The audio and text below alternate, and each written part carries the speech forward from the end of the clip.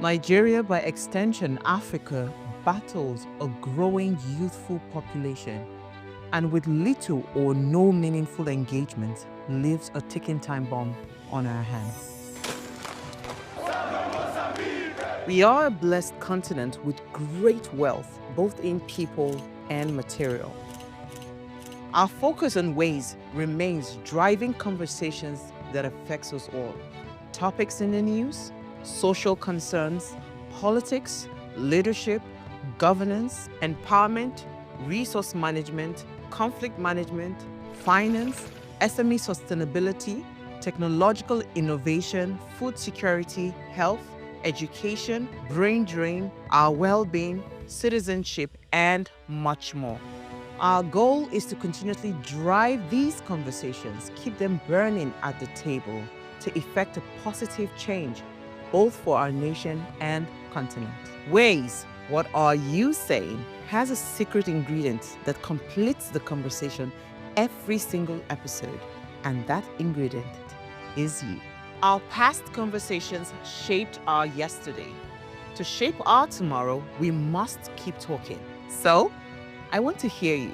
Be a part of our live conversations Mondays through Fridays. And let's all have our say.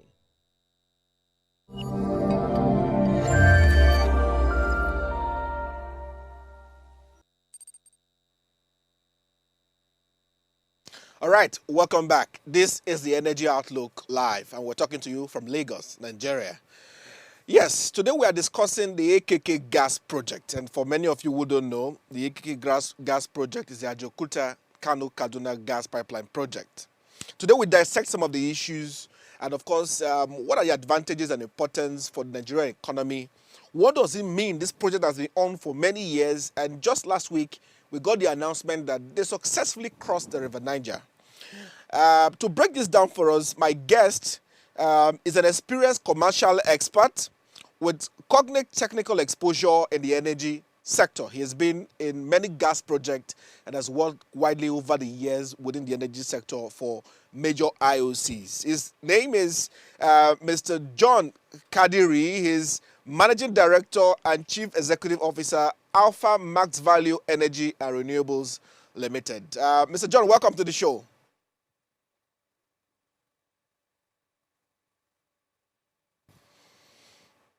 Hello, sir. Can you hear us? Okay. All right. In case you can hear me, sir, I think you're a bit frozen, network, but we can see you, but you can move. Let's try again. Mr. John, can you hear me? Yeah, I can hear you very well. Good evening. Oh, fantastic. Welcome back. You are frozen a bit. Okay, so welcome to the program, and thank you for finding time to join me. This is a very important topic, and I wanted to speak to an expert who, can really break it down for us, we ordinary Nigerians, on what it means. But first of all, we finally crossed the River Niger with the AKK gas project. This was announced by the group CEO of NMPC. Tell us, what does this mean for you, and what are your thoughts about this announcement, and what should Nigerians know about this project? Yeah, thank you very much, Wisdom. Can you hear me? Yes, we can hear you, sir. Please go on. Yeah, thank you. An excellent question. Indeed, I was at the NOG where the GCO of NMPCL made that announcement. Like you said in your intro, everyone was excited. I was also excited because this has been long in coming and is better late than never. And crossing the Niger at this time is a testament to the value and tenacity of NNPC and our contractor, and above all, a demonstration that local companies have come of age. So indeed, it was exciting, and it means a lot to Nigerians. As an instance, having the pipeline available to convey gas is like energy and life wire to the economy, just like blood is to a human being. This will be better appreciated by the time we break down the value of the gas you have indicated can be transported through that pipeline that has just crossed the River Niger in Kogi. But over and above that, I just wish that the same technology and tenacity used by this local contractor can be extended to the similar crossing of the River Niger on another project that will connect to the AKK. Let me stop there, Wisdom, for now. Thank you. All right, Once fantastic. again, I'm happy to be here. Thank you so much. Fantastic. I mean, the excitement could be felt by stakeholders at the NOG when this was announced. And of course, that excitement could tell you, how we have been waiting for quite a long time to see these projects, fully succeed, as they've really had, many bottlenecks. But let's discuss this within the broader decade of gas, plan that we've had over time. And if you could really touch light, some of the importance, of this AKK project within that broader, decade of gas, strategy Nigeria has had. What does this really mean? Let's put it more in context, sir. If you can help us break it down. Yeah, thank you. It's also another exciting question. The gas journey in Nigeria has come a long way, and the decade of gas at this time is part of that story to crystallize utilization of our God-given resources. It's not so much of a strategy. I think it's more of an initiative, a framework, more or less, standing on 4 pillars, mimicking the Nigeria commercial framework on gas we had some 15, 16 years ago. The decade of gas, pillar number 1, not in any particular order, is to ensure that stakeholders, both those in government, in the private sector, are galvanized and capitalized to ensure that 1, gas is made available. 2, people who are ready to utilize gas know about it and can utilize gas. 3, that the transportation framework from source to destination is provided. And 4, that the requisite capacity is built in terms of manpower that will operate the system. In summary, decade of gas working with government, private sector to create demand, provide supply, the connecting infrastructure between demand and supply, and the human capital that will operate and manage the system. Therefore, within that context, having the AKK from Ajaokuta, Kaduna to Kano, providing the vehicle is part of the infrastructural aspect of the work that the decade of gas is set out to do. Thank you, William, Jumbo. Okay, fantastic. Now, but we know that for quite a long time, there have been many infrastructural challenges that have limited the expansion or distribution of gas, really.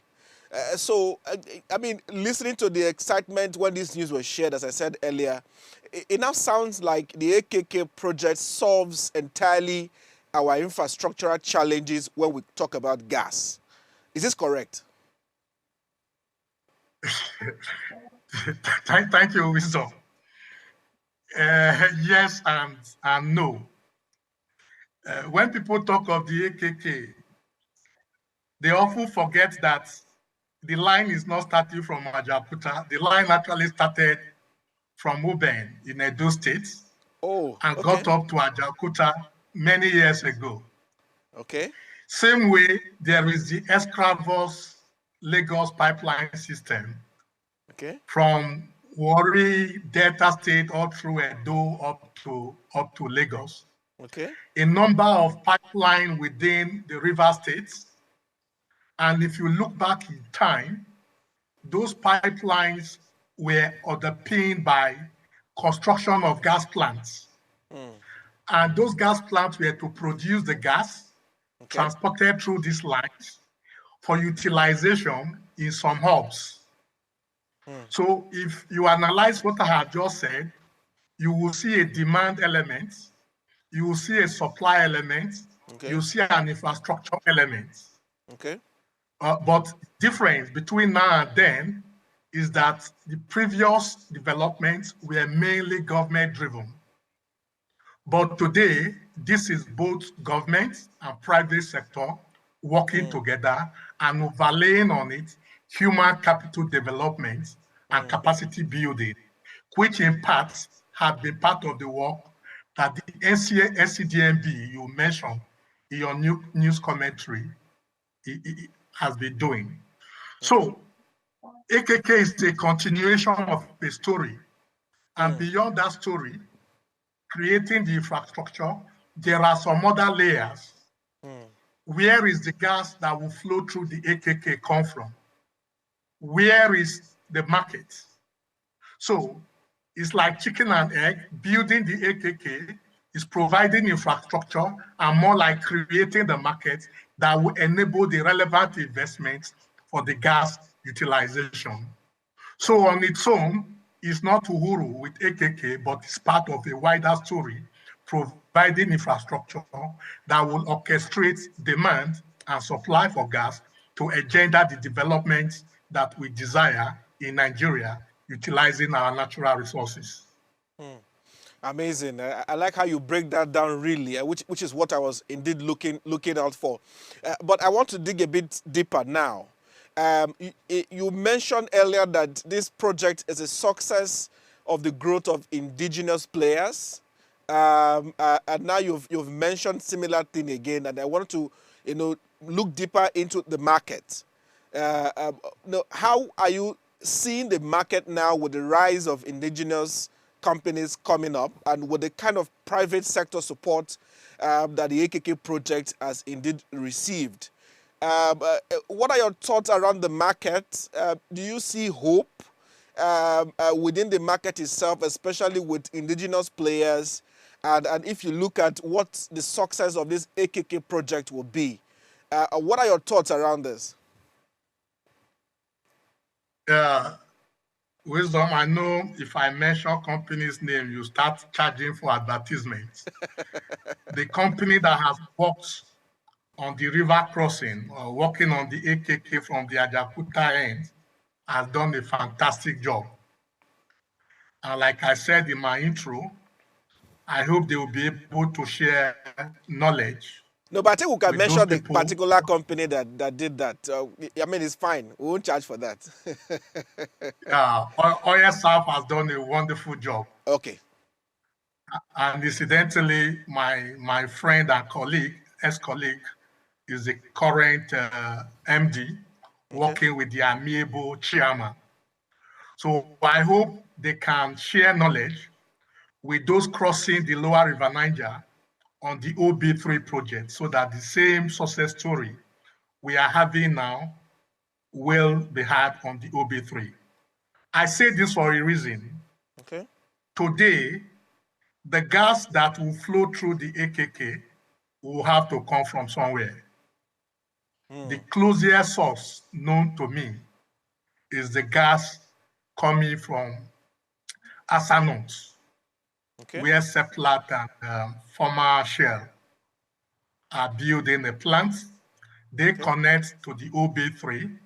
That gas gets to Oben, connects to EBS, and can find its way to Ajakuta and flow through on the AKK when it's ready, and any other gas can join. Okay. So OSF alone and few others can't do it.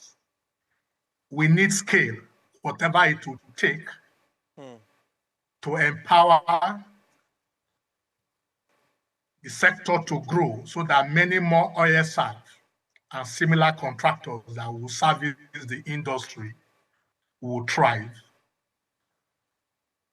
All the bunkering, all the pipeline vandalism in the Niger Delta, bulk of those contracts in my old days, were handled by indigenous contractors.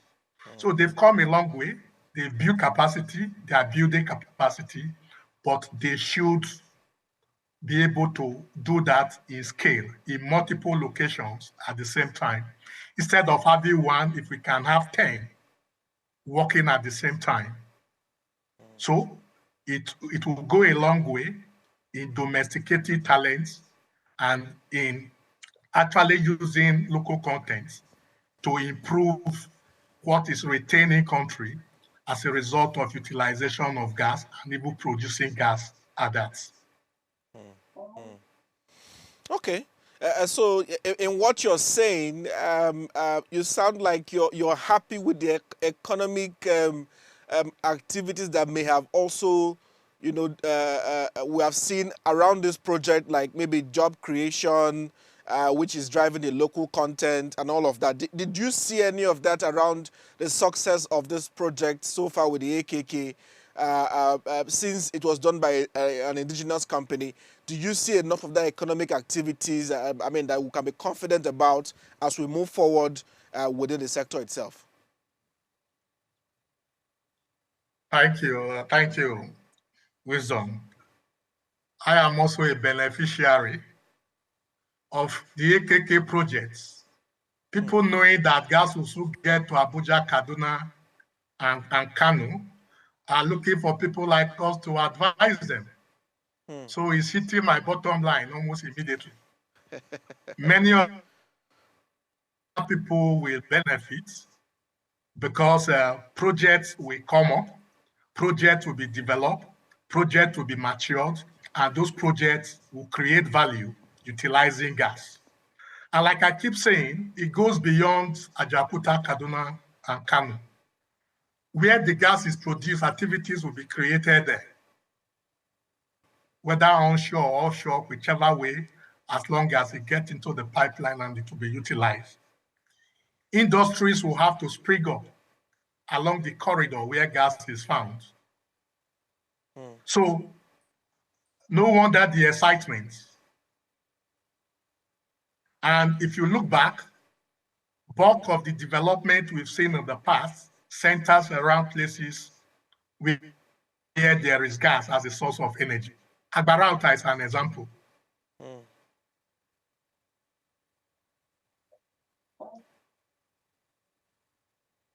Hello, sir, are you with us?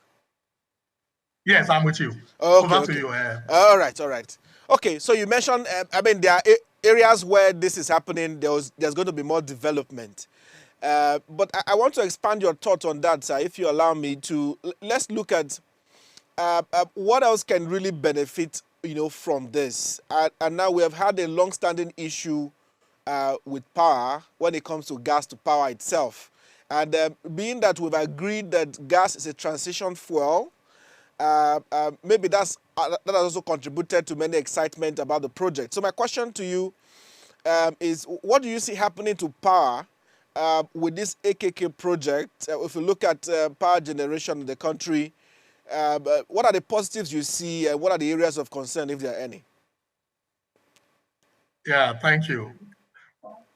I didn't see you at the NOG, and I'm sure at the NOG you heard when the authority and the commission's chief executive spoke about gas utilization, and there were commentary about that.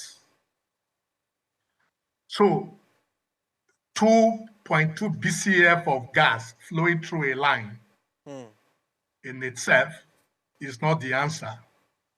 The answer is that the gas will come from somewhere.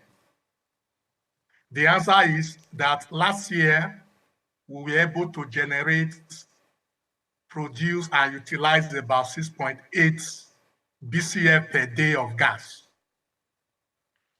That of that volume, about 1.8 BCF per day was domestic, and about 2.5 BCF per day was for exports.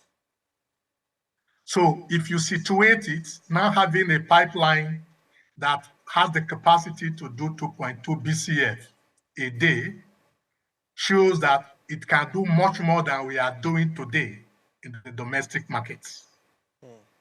So what does that tell you? We need more gas. More gas will have to flow. But my confidence lies in the fact that if you look at the maturation funnel from the Commission's report, you see a lot of people are doing field development plan that will produce oil and gas between now and 2030. You see that people are getting applications across for approval for well drilling. Applications are going out for re-entry into wells and fields. All that will result in gas production. And I believe with the interconnectivity, that gas will find its way up north. Therefore, with proper sequencing, which is the difference between the decade of gas now and the initiative in the past that I described, where demand, supply, infrastructure, and human capital are aligned and intertwined, projects will be delivered in sync such that there will be value.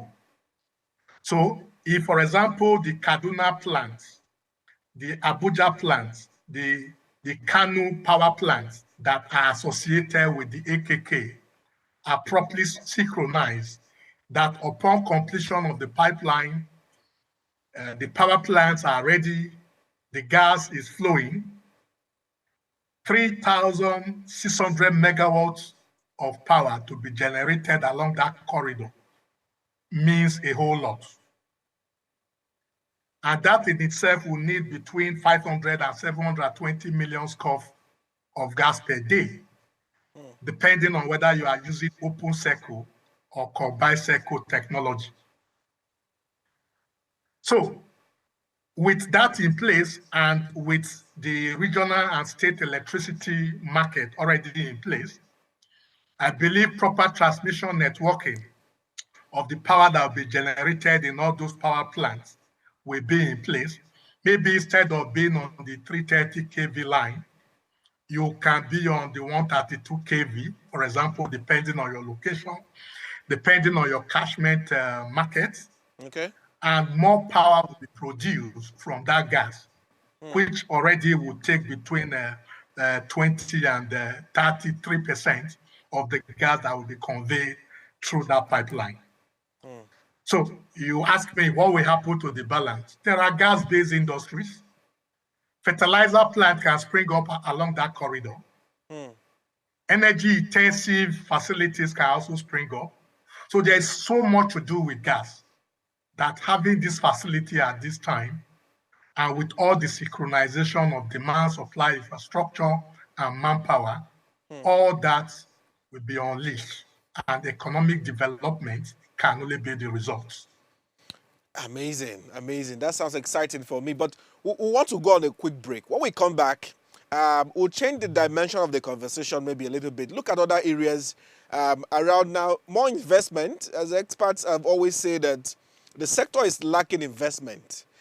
So with this progress and success we have made, what should investors be seeing? What should investors be looking at?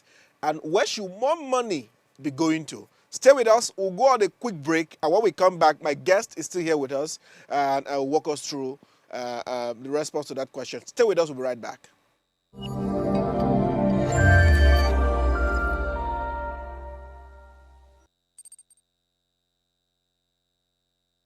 Life is made up of moments, some that fill us with joy, others that test our strength. Welcome to Heartlines.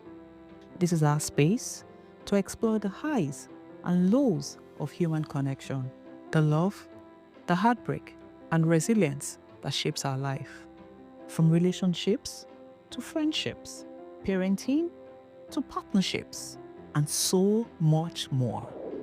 Every week, we share stories and conversations that define us, navigating love, separations, the struggles of parenting, dealing with anxiety and managing the pressures and stress of life. Real conversations that bring us closer, helping us heal, grow, and connect. So join me Mondays through Fridays at 10 p.m. for Heartlines, the show where we connect hearts, have real conversations with real people, one story at a time.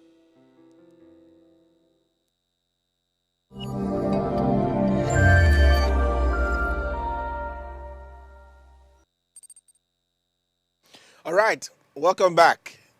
So, we are discussing the economic value of the AKK gas project and the success recently achieved crossing the River Niger. And my guest is Mr. John Kadiri, Managing Director and Chief Executive Officer, Alpha Max Value Energy and Renewables Limited. So, Mr. John, so my question, if you're still with me, if you can hear me clearly, please. Yeah, I can hear you. Fantastic. So now, with all you have explained, I see progress, I see success, I see some exciting economic value across, the value chain itself up north.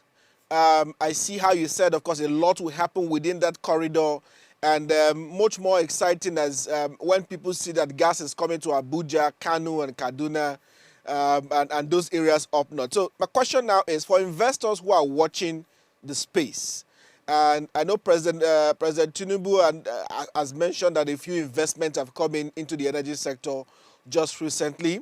What are the key opportunities and confidence signals does this project give to investors? And investors watching the space, what do you want to put on their mind, and for the opportunities they should be looking out for? And finally, where should more investment be going now that we have this success with the AKK gas project? Thank you, Wisdom. I wish I have the crystal ball to tell you the exact answer. I think I would have been a billionaire myself. But I do know that gas is a source of energy. True. Wherever you can use energy, and that opportunity is now available. Okay. So the fertilizer plants of this world that have been around some parts of the country can now also come along this corridor. The aluminum smelting companies, subject to other consideration, can find their way. Any industry and every industry that needs energy and power, including the power plants that we have already discussed, that will be planted around that corridor to take between 20 and 34% of the gas. Yes. But let me also tell you something that I see by virtue of the work I do as a consultant. A number of companies are already jostling to acquire land around Ajaokuta. Mini LNG, CNG, name it. That same excitement you see around Ajaokuta today very soon will be extended to the terminal in Abuja, the terminal in Kaduna, and even the terminal in Kano. So when I say terminal is like a junction, a connecting point. So by design of the pipeline, going from Ajaokuta to Kano, there are these terminals in those locations where you can go westward or eastward by pipeline, whether bigger pipeline or distribution pipeline.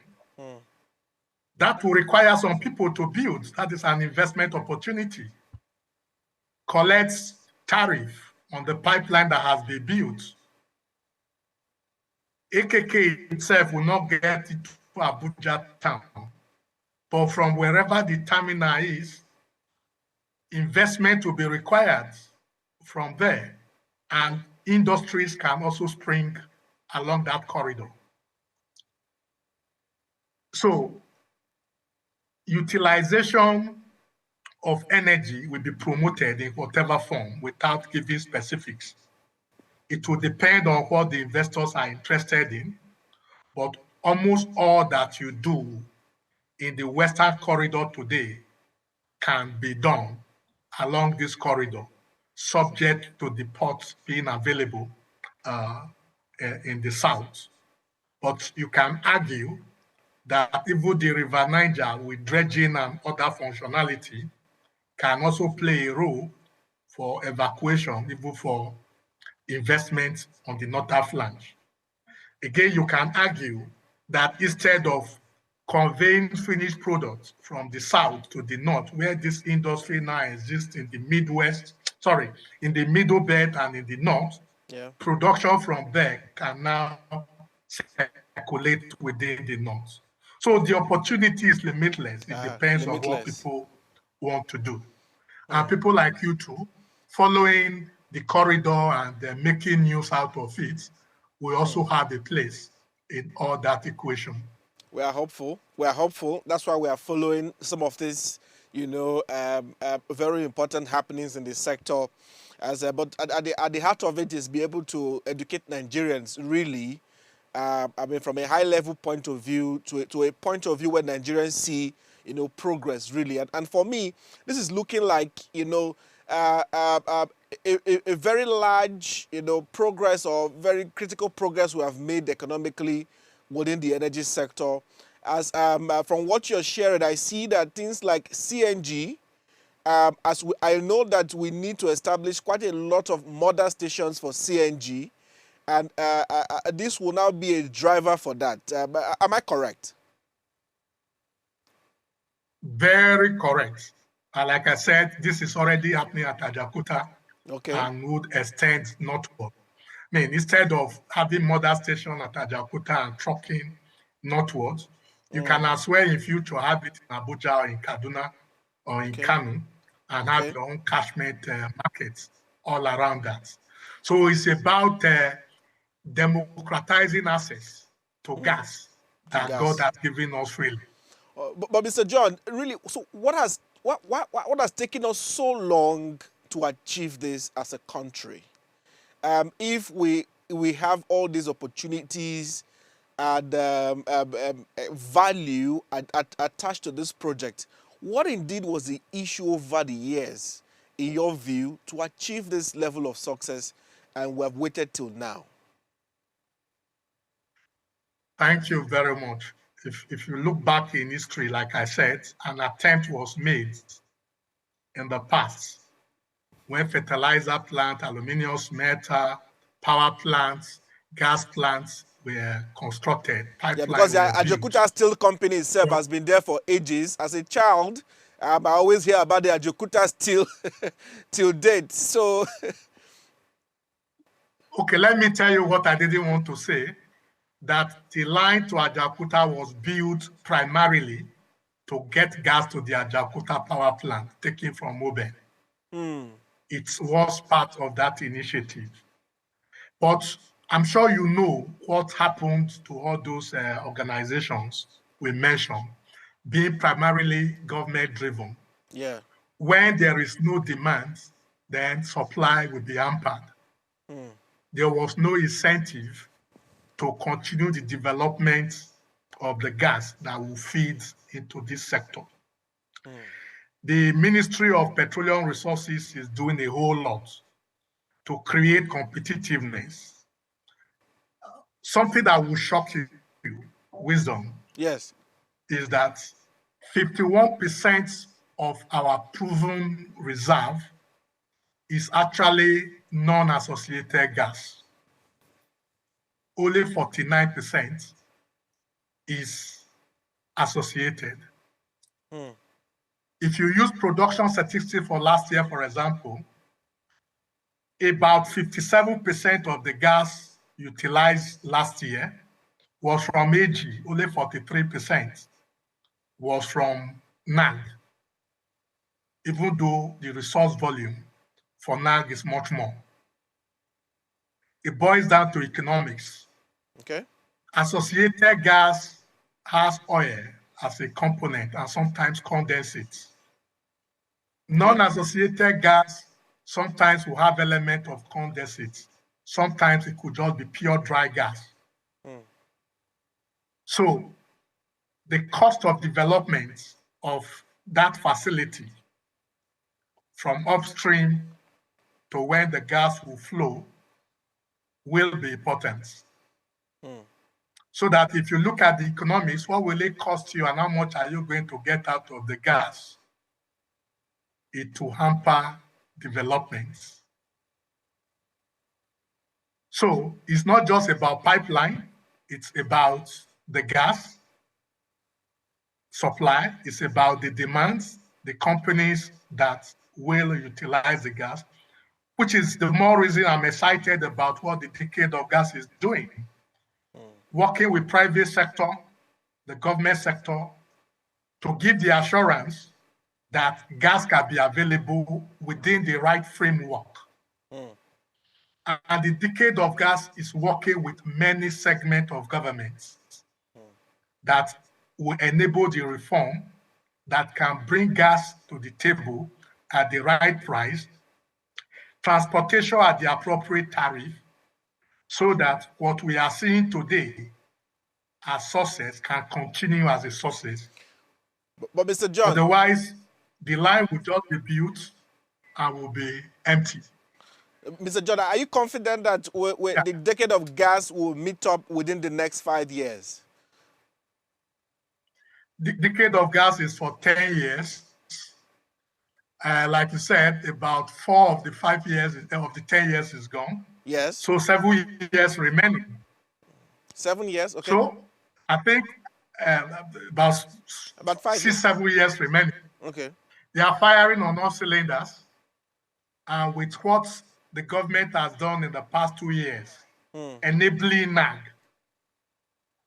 to be produced, and with the program the NUPROC is having on field development plan, with high level of NAG development in the offing, I am confident that there will be relative sources now than before. All right. Other issues that I want us to look at are things like, vandalization, gas flaring, which remains a major issue for the sector itself. Now we have the AKK gas project. Of course, I'm not sure if the timeline for the completion of the project was communicated, but though we are celebrating the success crossing the River Niger, but what are your thoughts around issues like gas flaring and also vandalization? How do you want to advise that we handle this so that we can also be able to achieve some of these successes we're looking at with this project? Yeah, thank you. I think there are 3 unrelated issues in a way. But first of all, let me look at the timeline on the completion of the AKK. It's important, it's crucial. And like I said, if the pipeline is completed, there is no gas supplied into it. There are no projects to offtake the gas. Then there will be a mismatch between investments in upstream, midstream, and in the downstream end, which is very critical in ensuring that there is sources. Okay. Then on flare, I think the government in recent years has been doing something about commercializing flare. Again, if you look at records, last year we flared almost 523 million scf of gas per day. And if you look at the records of the 28 companies that have produced and flared, 10 of them flare about 75% of the gas. And there is one particular company that flares almost about 150 million scf per day, representing close to 22 or so % of current flare. But like I have mentioned, if you are doing AG associated gas and you are able to get the oil from a terrain that is unfriendly, you can produce oil into tankers offshore. and you need a route for gas, maybe some 100 kilometers offshore into land. If the pipeline is not there and you must produce oil, you have to flare the gas. All right, sir. Except you want to shut in the well. So flare will have to continue in a way until route is found for gas, until the commercialization policy take route with all those investors in that space. For vandalism, Yes, I quick, think in less the 30 seconds. Yeah. indigenous companies are doing well. There has been reduction in vandalism if the record is anything to go by. Yeah. Uptime is higher, Okay. and the reconciliation factor is now higher. Okay. Lower. We have Lower. more oil in the terminal now than before. Although Okay. they are unrelated. Yeah. All right. Over So, Mr. to you. Yeah, Mr. John, I think that's a fine place to leave it. I mean, though we need more time, as there are really broader issues we would have even spoken about, but you've touched on the very key ones, and we appreciate your time. But we have to go, so this is where we need to leave it. But thank you so much for your insight, really, for breaking this down in a way that gives Nigerians more clarity on the economic value of this very important project. I've been speaking to Mr. John Kadiri, who is Managing Director and CEO of Alpha Max Value Energy and Renewables Limited. Thank you so much, sir, for the time. Thank you for having me. Thank you. All right, this is our show for the week. If you missed this very important episode, you can watch a replay on our YouTube channel at Official Upgrade TV. But I hope you've been able to get more insights. Until next week, same time, same station. We'll be back again with another very important episode. My name is Wisdom Chap Jumbo, and this is the Energy Outlook. See you next week.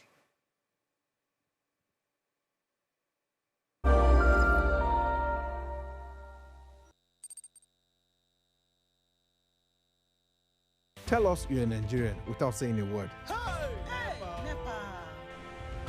Energy